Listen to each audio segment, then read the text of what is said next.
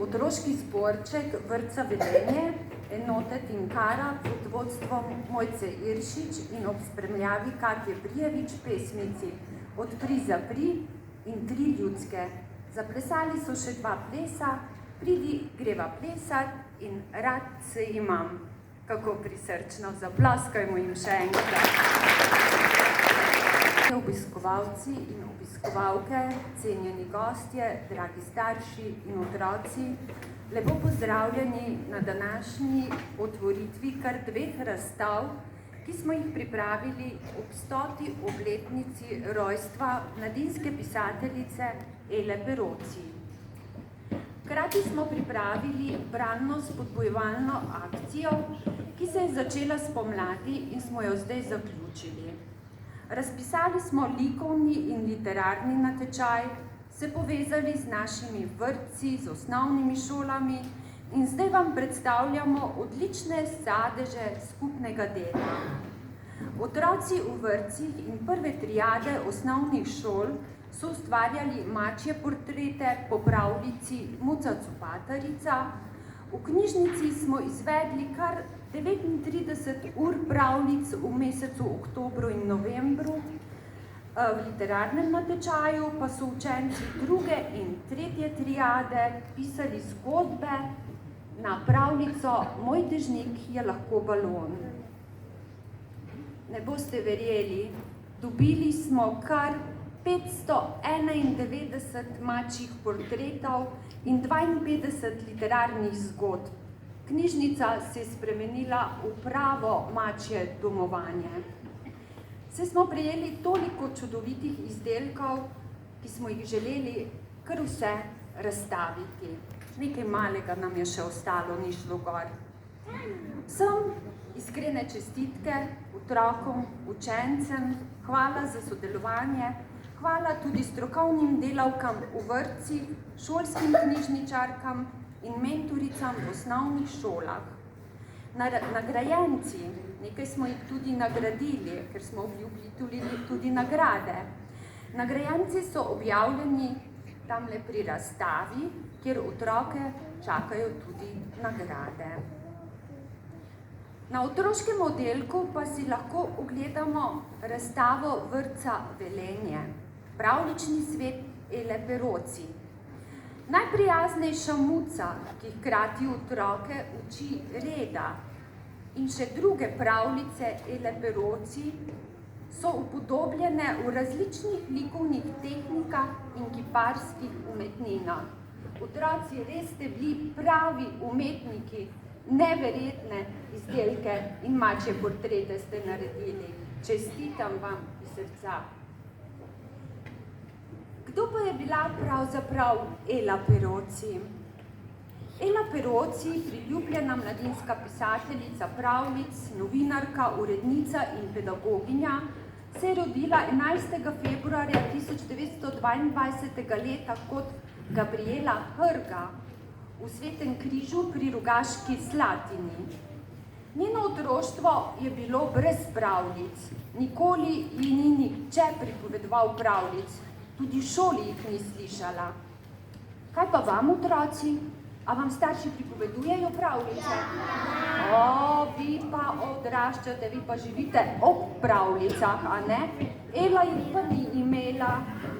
Prva knjiga, ki jo je imela, je bila prva čitanka v šoli in pisanje spisov je bilo nekaj zanjo najlepšega. Njeno odraščanje in šolanje je potem zaznamovala 2. svetovna vojna, po vojni pa je potem kot učiteljica učila po raznih osnovnih šolah, po študiju pedagogike pa je delala potem kot novinarka v uredništvih revije Ciciban, Pionirski list, Mladi svet, na koncu pa je bila tudi urednica oddaje Radijska šola. V prvi vrsti pa je bila Ela Peroci vsekakor mama, skrbna mama s svojima hčerkama Jelki in Anki. Z njima je podoživljala svoje otroštvo, ki ga sama ni imela. Prav v času odraščanja njenih hčerk so začele nastajati prve pravljice. Ali veste, katera je bila prva napisana Elina pravljica? Ne veste? A res? Ali veste, da sta bili prav njeni hčerki Jelka in Anka navdih za pravljici Moj dežnik je lahko balon in Muca copatarica? A veste? Super!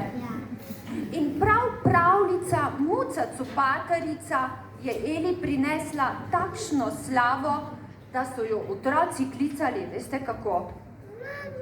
Muca copatarica so jo klicali, ker so vsi brali njene pravljice. In še ena zanimivost, ali veste, kakšna pa je Muca copatarica? Bela. Ampak ne veste, da je bila prva Muca copatarica črna. Ilustrirala jo je Marlenka Stupica in jo je narisala črno. Šele potem jo je narisala druga ilustratorka, Ančka Gošnik Godec, in jo je narisala belo. Takšno tudi mi poznamo, a ne da? Ja. Še veliko več zanimivosti o Eli Peroci, o življenju, o delu in o knjigah pa boste izvedeli, dragi starši in otroci, če si boste šli pogledat še našo razstavo, ki smo jo pripravili. Pravljice in zgodbe Ele Peroci so še danes žive, zimzelene jim lahko rečemo, in polne miline. To so pravljice, ki otroke pomirijo, hkrati pa jim burijo otroško domišljijo. Brali so jih babice, dedki, mame, očetje, brali smo jih mi in zato, dragi starši, berite jih tudi vi svojim otrokom.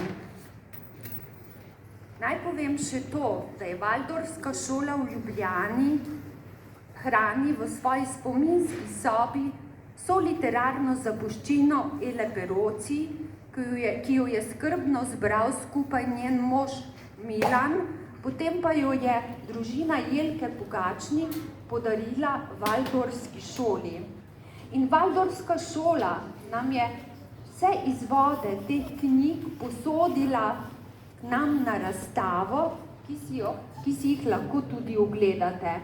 Tako da bi se v prvi vrsti zahvalila Valdorfski šoli Klemnu Lahu, potem bi se zahvalila tudi družini Jelke Pogačnik, to je njena hčerka in njena vnukinja Tonka Pogačnik Pirnat. Pomagali sta nam pri razstavi, posodili fotografije iz osebnega arhiva. Hvala pa tudi založbi Mladinska knjiga in Avtorski agenciji Slovenije za vsa dovoljenja pri objavah in seveda hvala tudi vsem sodelavkam in sodelavcem, ki ste nam pomagali pri postavitvi razstave. Sedaj pa vas vabim, da skupaj prisluhnemo glasbeni pravljici Ela in njena violina. Ela je imela zelo rada tudi glasbo. In z nami so akademske glasbenice Inga Vlokina, Olga Vlokina in vnukinja Ele Peroci, Tonka Pogačnik Pirnat in vokalna gostja Mateja Bobek, ki bo zapela nekaj pesmi, ki so bile Eli Peroci zelo ljube. Prisluhnimo.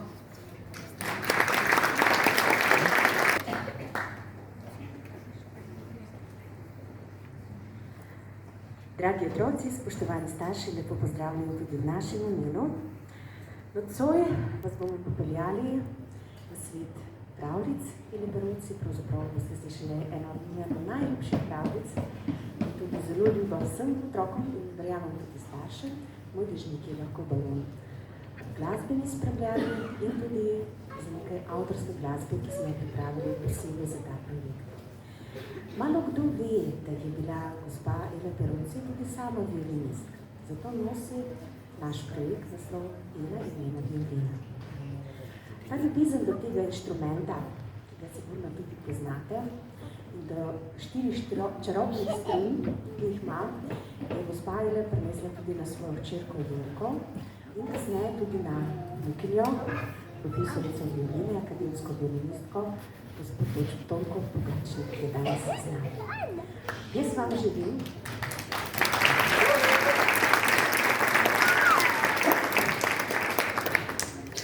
želim, prijetno poslušanje. Uživajte.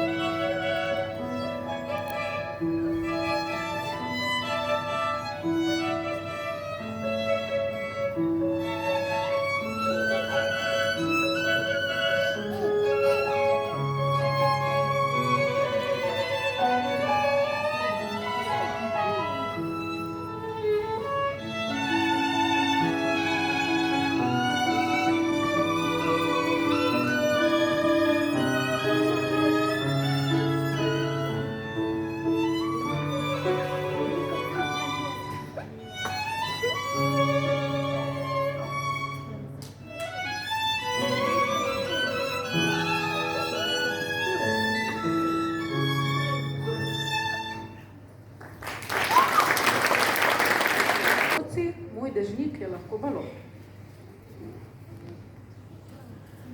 Ob potoku je široka trata. Na trati je bil razpet majhen rumen dežnik in ta dežnik je bil Jelkin šotor. Jelka je skakala okoli šotora in se žogala z rdečo žogo. Žoga je bila čisto nova in zanjo se je dedek, babica, mama, oče in teta zelo bali. Pazi na žogo, so rekli Jelki. ko jo je bila nesla na travo. La, la, la, la, la, je Ilka pela, metala žogo visoko v zrak in jo lovila. Potem je vrgla žogo tako visoko, da je ni mogla uloviti. Žoga je padla v potok in potok jo je odnesel s seboj. Skozi okno v hiši so gledali dedek, babica, mama, oče in teta. Jelka, kje imaš žogo? So jo vprašali. Padlo mi je v vodo, je odgovorila Jelka in sedla v svoj šotor. Dedek, babica, oče in teta so grozeče dvignili kazalec. Nič nisi pazila na žogo. Jelka je prijela svoj šotor za kljuko in si ga povezila na glavo. Zaprla je oči, da bi ne videla hudih obrazov, ki so jo gledali iz hiše.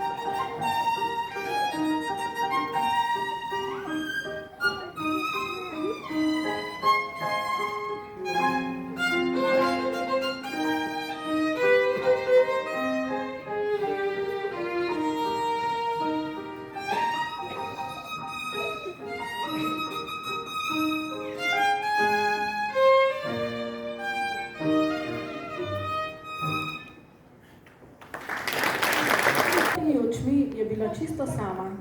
Le svoj rumeni dežnik je krepko držala za kljuko. Moj dežnik je lahko balon, je šepetala. Dežnik se je napel in se še bolj ubočil. Dvigal se je in Jelka je trdno mižala. Dobro je slišala, kako so se spodaj začudili. Kam greš? Hiteli so na cesto in gledali, kako jo je napeti rumeni dežnik nesel med bele oblake. Kar tako brez vprašanja je šla, je rekel oče. Jelka je odprla oči šele nad mestom. Velike ljubljanske hiše so bile čisto majhne.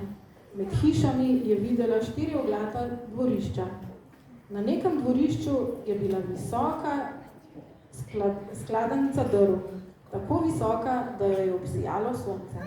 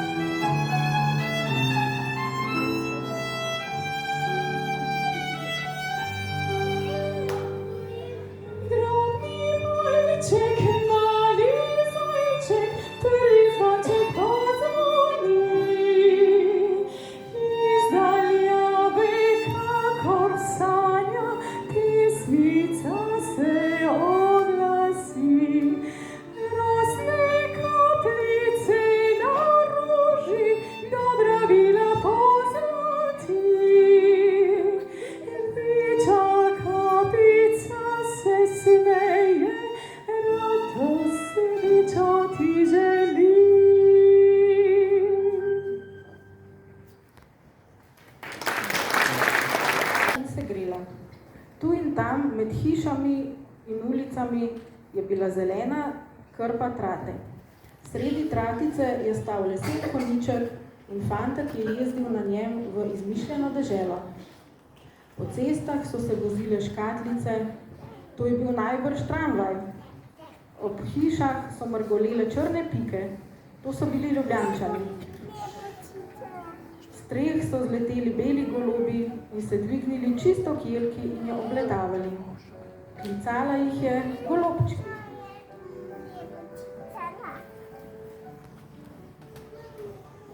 Potem so se spet spustili na strehe. Jelka pa je plavala dalje. Obkrožila je Ljubljanski grad in pomahala otrokom, ki so se tam lovili. Začudili so se, ko so jo zagledali takole plavati po zraku. Stopili so na klop in splezali na obzidje, da bi jo videli bolje. Stegovali so roke k njej in jo klicali, Jelka pa je obrnila svoj balon proti nebotičniku. Tam so na terasi ljudje pili črno kavo. Vsi so se dvignili stolov, ko so jo zagledali. Bili so navdušeni. Jelka z rumenim dežnikom na nebu. To je bila lepa slika. Tudi sonce je sijalo, da je bil pogled še lepši.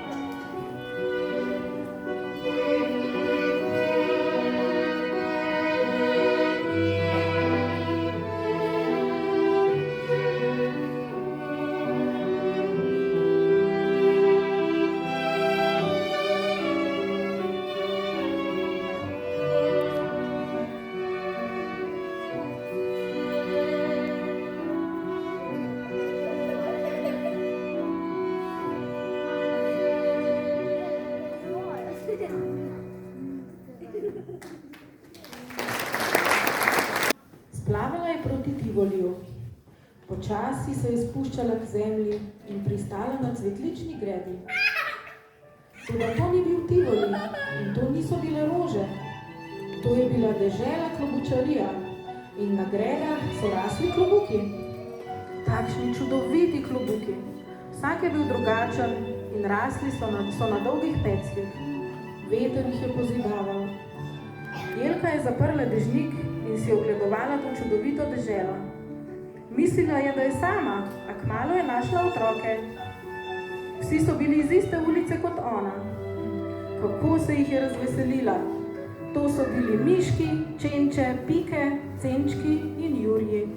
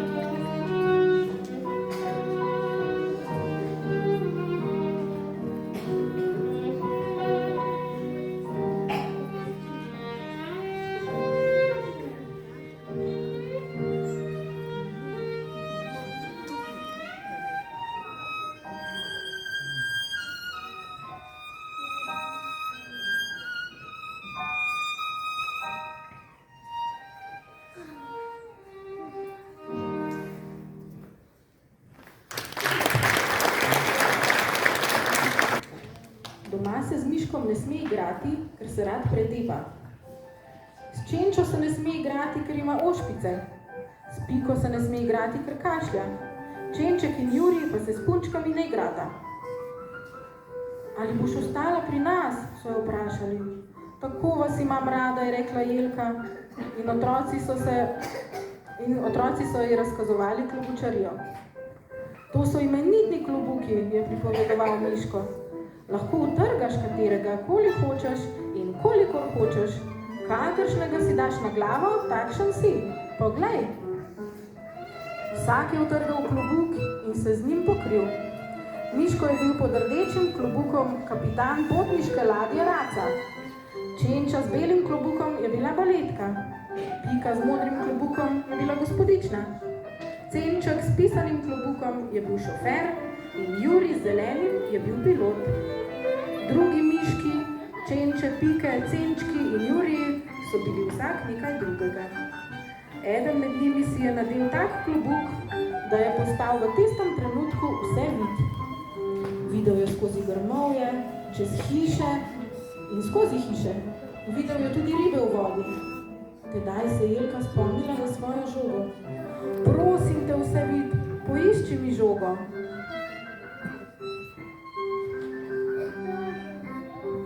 Vse vid jo je takoj našel. Bil je v potoku na drugi strani klobučarije. Obtičala je v kamenju. Vsi so tekli za Vsevidom. Vsevid si je zavihal hlače, skočil v vodo in prinesel iz nje Jelkino žogo. Potem so se žogali in vsak je hotel zagnati žogo najvišje. In so se naveličali.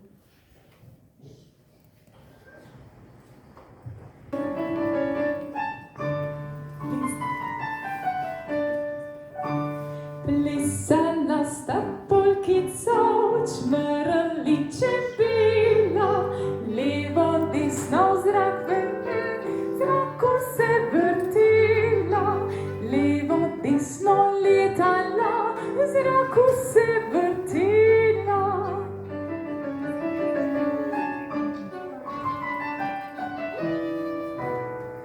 Violino je igral, mlad metulj citronček, tak tu brinkal je na bas, razigrani slonček.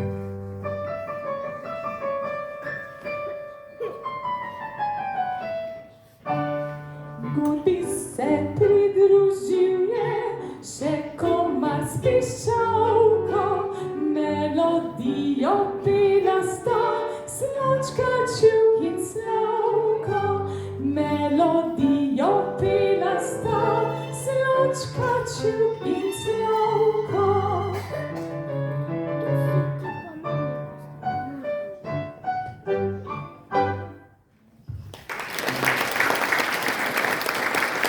Imeli klobuke, je odgovorila in si utrgala nekaj klobukov. Privezala jih je na dežnik in ga odprla. Dežnik se je napel in odnesel Jelko, žogo in klobuke domov. Vsi domači so stali še vedno na cesti in gledali v nebo, kdaj se bo Jelka vrnila. Bili so hudi. Oče je že vse razmislil, kako jo bo oštel, ker jim dela toliko skrbi.